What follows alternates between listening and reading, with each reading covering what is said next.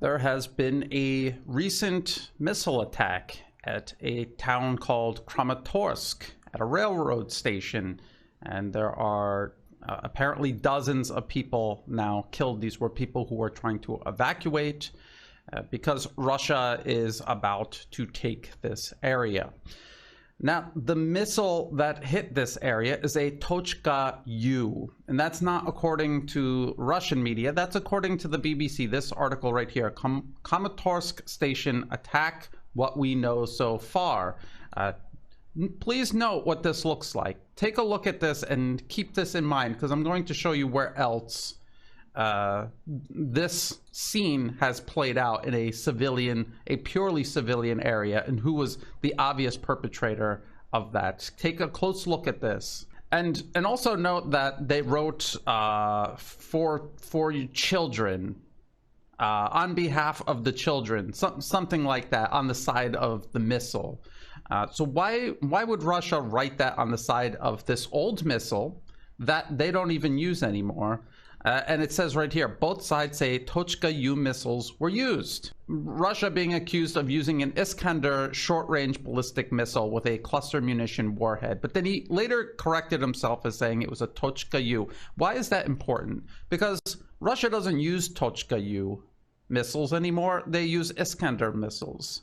The only country in this war right now using Tochka-U missiles and using them on population centers, not on military targets, is Ukraine. And I'm going to show you an indisputable case of Ukraine firing a Tochka-U at a civilian population, a case the US, the European Union, the UK said absolutely nothing about. They couldn't have cared less regarding this other case. But now that it's Kramatorsk and it's at this late hour in the war where Ukraine has depleted its military power, Mariupol has all but fallen, a land bridge established from Crimea all the way to the border with the Russian Federation, and now Ukraine's forces, tens of thousands of forces, about to be encircled and either forced to surrender or annihilated.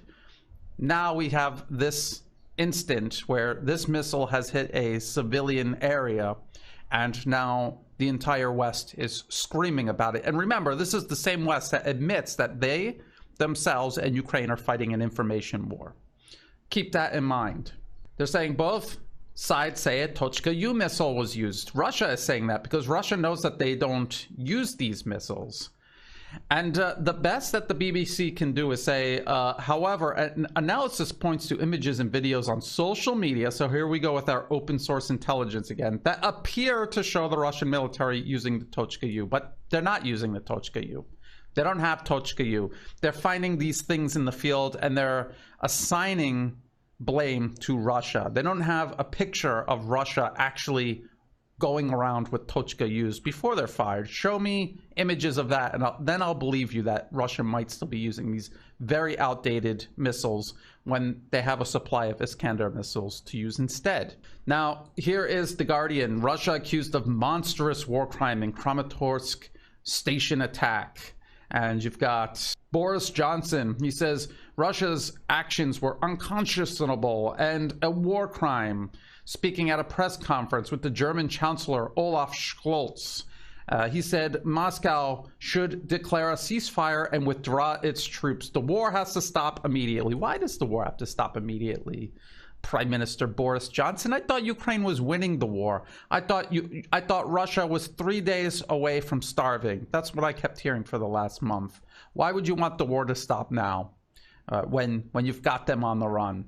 So it's very obvious what's going on here. Ukraine is being defeated, and this is exactly what we saw all during the Syrian conflict when the US, British, and EU-sponsored terrorists were being routed. They would pull something like this. They would carry out an attack on a civilian population. They would say the Syrian government did it, and then they would call for intervention. They would call for more sanctions. That's what they did throughout the entire conflict until they completely lost.